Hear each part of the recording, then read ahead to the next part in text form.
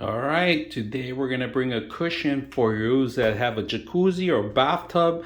You want to rest your back on it. This is perfect. Now, recommendation is hang it and dry it, or suction that has suction cups that you can dry it up on our wall. And today we do have a little jacuzzi here. We're gonna set it up. If you guys can see it, first I'm gonna let it soak up a little bit, get it nice and wet here, and then all we gotta do is get it in here in the place. All right, here we have it. We're gonna put it in the jacuzzi today. Once you're done, you just hang it up and dry it up because of the suction cups.